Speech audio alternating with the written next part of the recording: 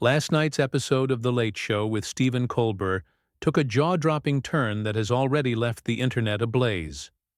Millions tuned in, expecting the usual dance of jabs and jests. What they got instead was a slow-motion implosion. Jao, one of the most volatile confrontations to ever hit late-night television. And it all started with an off-script moment between Stephen Colbert and his guest, the sitting president of the United States, Donald J. Trump. The tension was already humming under the surface when Trump walked onto the stage, greeted by a mixed response from the live audience. Some clapped out of habit. Others sat stiff, unsure of what to expect. The camera lingered on Trump's expression as he took his seat, a practiced smile sitting just beneath watchful eyes. Colbert, ever the seasoned host, leaned forward and began with what seemed like standard fare. A question about policy, approval ratings, a jab about golf.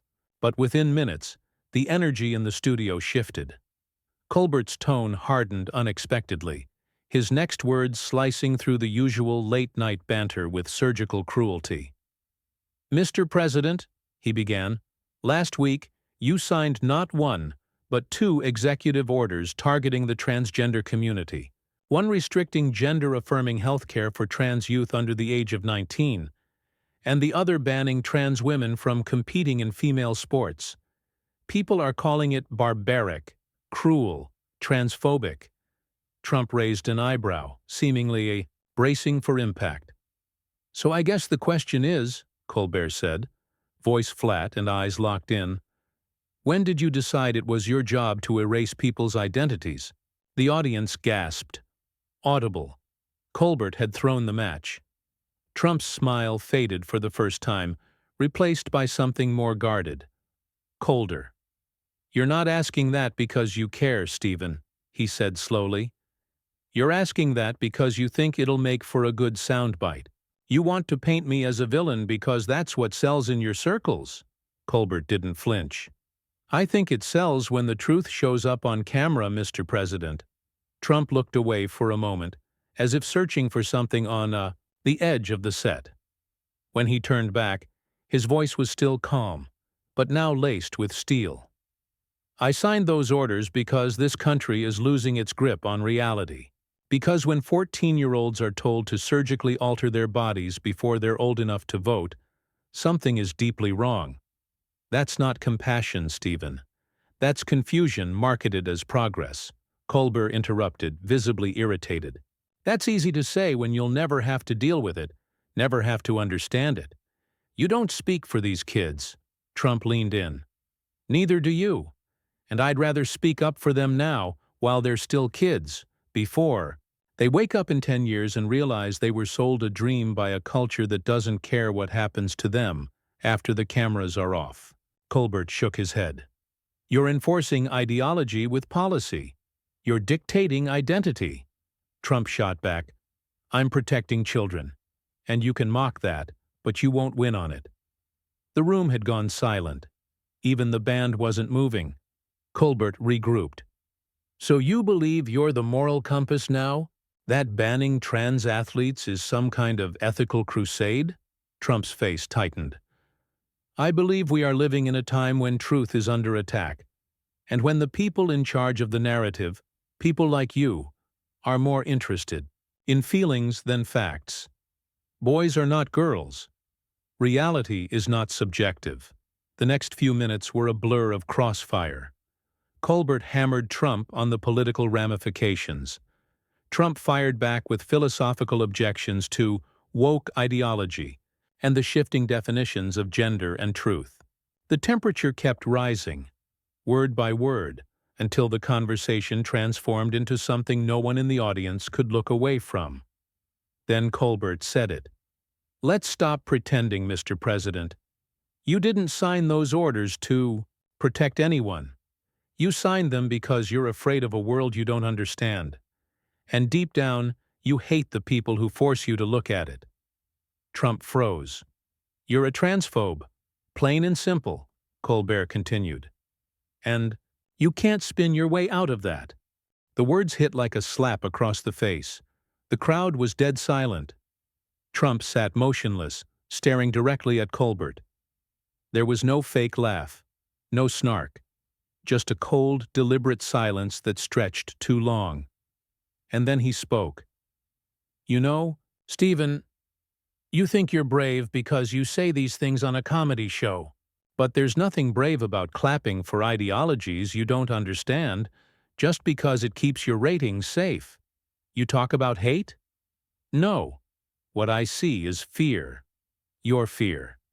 And a country afraid to say that maybe, just maybe, we've gone too far." He adjusted his suit. "You want to make me the monster, but maybe the real monster is the culture that tells young people their biology is optional. Their pain isn't real unless it trends, and their worth is based on how woke they can pretend to be," the audience murmured, whispers like wind across a battlefield. And then he added, his voice softening in a way no one expected. "I've met parents who cry themselves to sleep because their kids are being pushed into decisions they don't fully understand. I've met young people who regret what they were told was the only way to be accepted. These aren't talking points. They're human beings. And if being woke means ignoring their pain for the sake of politics, then maybe being woke isn't as noble as you think." A pause. Then, "You can call me whatever you want, but don't you dare pretend that silence is compassion." Trump's eyes shimmered. Just for a moment. A breath. A flicker of grief behind a wall of defiance. Colbert was still. He didn't know what to say. The crowd wasn't sure how to react. It was too raw, too real. The show's energy was suspended in air like static, waiting to fall. And that's when it happened. Trump leaned back, adjusted the microphone, and with the faintest crack in his voice, said, "This isn't about me. It's about what kind of country we leave behind when the truth becomes offensive." He blinked hard, and for the first time his voice shook. "That's where we leave you for now." But the moment didn't end there. Not even close. The breathless stillness that fell across the Late Show studio was pierced not by applause or a joke to diffuse the tension, but by something much rarer on late-night TV. Silence loaded with uncertainty. Trump had shed a tear. He had struck a nerve. Not just in the room, but with millions watching from home. Stephen Colbert, known for his quick wit and unrelenting sarcasm, sat frozen. For a second his expression betrayed him. There was a flicker of doubt. Confusion, even. He wasn't expecting the monologue. He wasn't expecting Trump to sound human. But the reprieve was short-lived. Colbert straightened in his chair. His voice, when it returned, was hard, clipped, and defensive. "That's quite the speech, Mr. President. Almost made for TV, really. But here's the thing. People at home, especially those in the trans community, don't need you to cry. For them. They need you to stop signing laws that make their lives harder." Trump looked down briefly, then back up. "Do you ever stop to ask yourself why you feel entitled to speak for all of them, Stephen?" Colbert blinked. "I don't speak for them. I listen to them." "No, you speak about them," Trump fired back. "You speak at people. You frame their pain through your own politics. There's a difference. I've talked to trans individuals too. Real conversations, not filtered through applause lines and Twitter clips. Some are scared, but not for the reasons you think. They're scared of saying the wrong thing. Scared of the activists who claim to protect them." Colbert scoffed, leaning forward, the gloves now fully off. "You think you're the victim of woke culture now? That's where this is going?" "No," Trump said, quieter now. "But the truth is..."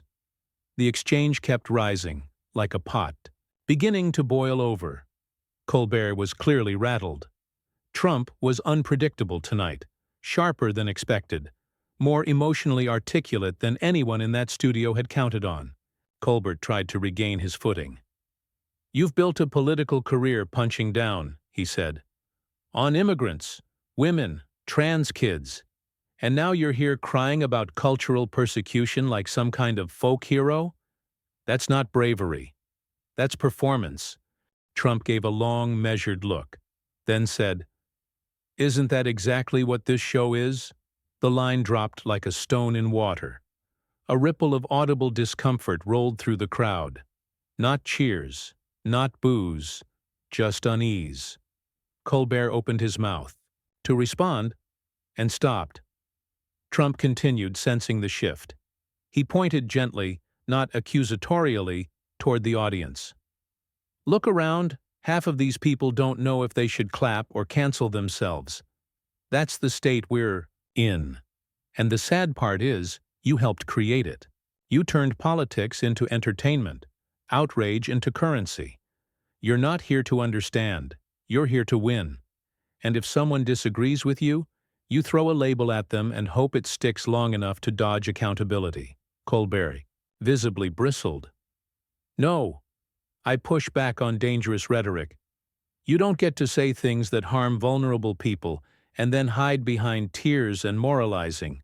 Trump cut him off. His voice louder now, not angry but straining to be heard, over the weight of the moment. "I'm not hiding. I'm standing here, right now, on your turf, in your theater, telling you that this country is drowning in its own reflection, that we are so obsessed with looking woke that we've forgotten how to speak truth. You say I'm dangerous? Maybe. But you're safe. You can say anything you want about me, and the world will applaud you. That's not justice. That's vanity." The crowd was growing uneasy. People shifted in their seats. Some exchanged glances. It wasn't clear who the villain was anymore. And in a space where moral clarity was supposed to reign, that uncertainty was louder than any cheer. Colbert was losing patience. He glanced toward a producer off camera. Subtle, but unmistakable. A tiny signal. Was he looking for a time cue? A rescue? Trump caught it immediately. "There it is," he said, smiling now, but without warmth. "You're done.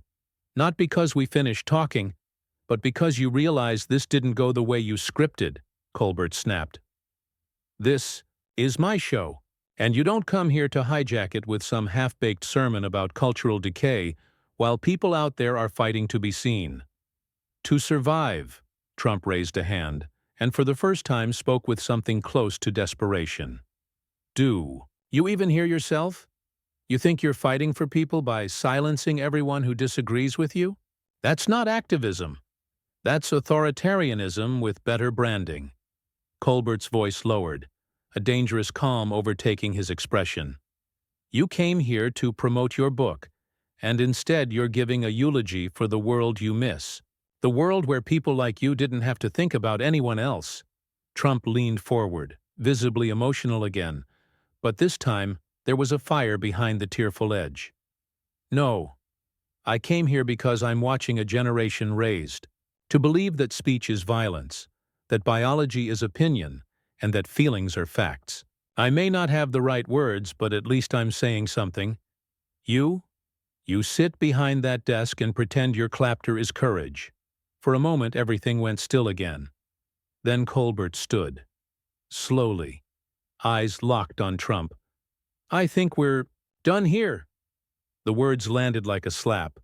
Trump didn't stand. Not yet. "Of course we are," he said. "Because I made you look in a mirror, and you didn't like what you saw." Colbert turned to the crew. "We're taking a break, now." The camera cut to black for only a second, but in that instant it was clear. This wasn't a performance anymore. The audience didn't applaud.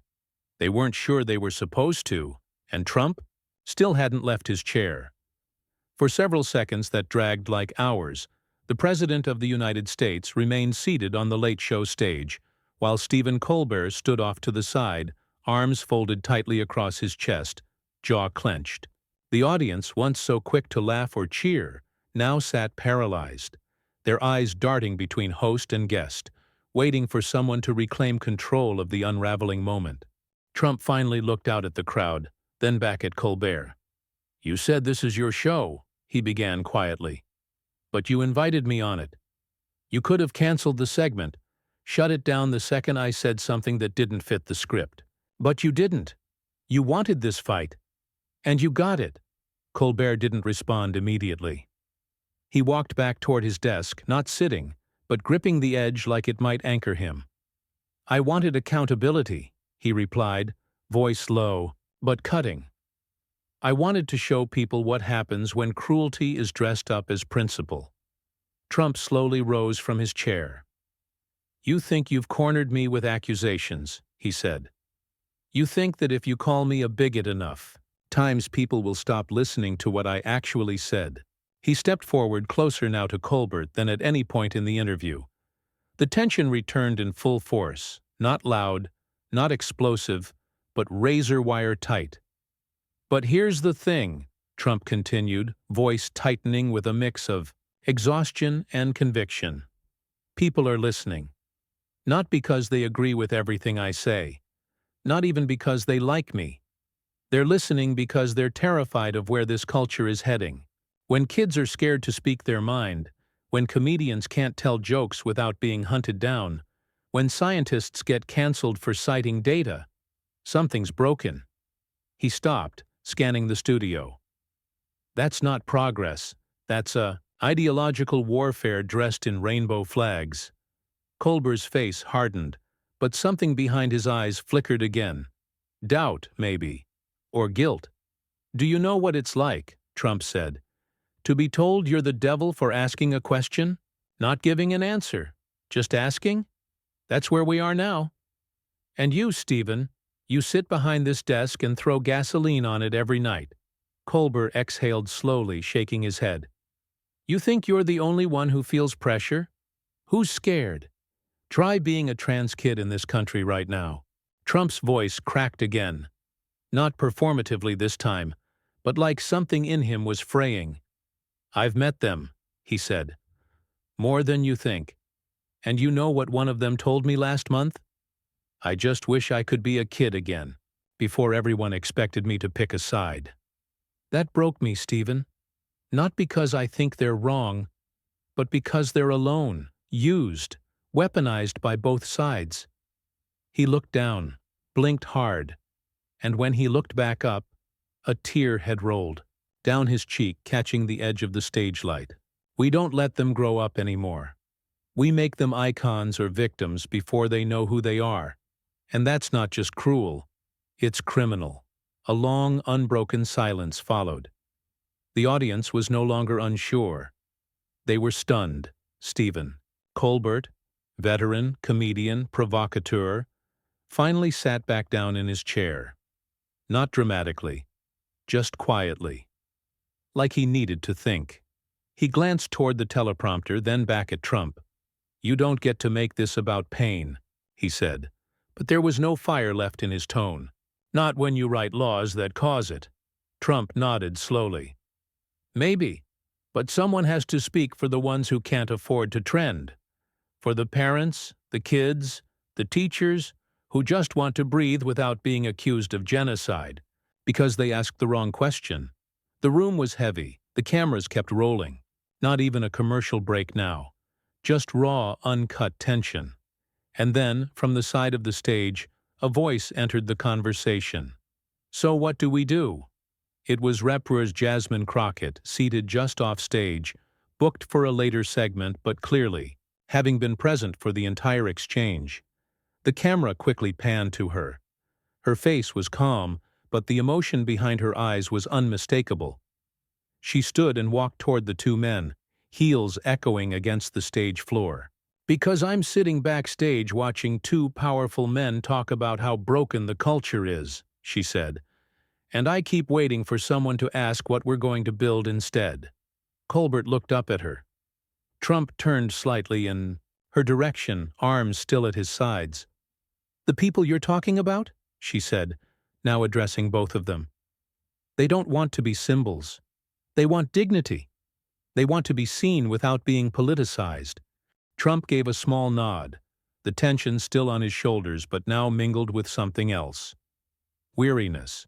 We can't fix this if we can't talk, Jasmine said, and we definitely can't fix it if every conversation ends in a walk-off. Colbert's seemed to recoil a bit, sensing what she meant. a mirror held up to his own approach. He adjusted his tie quietly. "I don't agree with the president," she added, "on a lot. But if the only time we hear people out is to cancel them, then we're not saving democracy. We're choking it." She turned to Trump directly. "But you have to understand something too. People are scared because you've made them feel like targets. And when people feel hunted, they don't hear your nuance. They hear a threat." Trump looked at her, and for a second, a fleeting second, nodded again. "Fair," he said. Colbert sighed, rubbed his eyes, then looked at Jasmine. "Maybe we're all too deep in the trenches to see the road out." She smiled, but it didn't reach her eyes. "Then maybe it's time we stop digging." It was the first moment all night that didn't feel like a fight. The crowd, sensing the thaw, began to applaud softly, unsure if it was permission or relief. Trump looked around once more, then finally stepped back from the stage lights. "You wanted me to leave earlier, Stephen. I'll go now." Colbert didn't respond. He simply nodded. Trump walked toward the curtain. Just before stepping through, he turned once more. "Thanks for the time," he said, and with that, he was gone. The crowd didn't cheer. They didn't boo. They simply exhaled, like a pressure valve had been released. Colbert sat in silence for a beat longer, then glanced at Jasmine, still standing near center stage. "You still want to do your segment?" he asked, half a smile forming. She shook her head, firm but kind. "Not tonight." And with that, she walked off, heels echoing once again in the now silent studio. The show returned from break 15 minutes later. Colbert addressed the audience briefly. "Tonight was not what we planned, and maybe that's okay." Then he looked directly into the camera. "No matter where you stand, we can't keep shouting over each other and calling it dialogue. We have to start having real conversations, even if they're messy, especially when they're messy." He paused. "We'll be back tomorrow. Good night."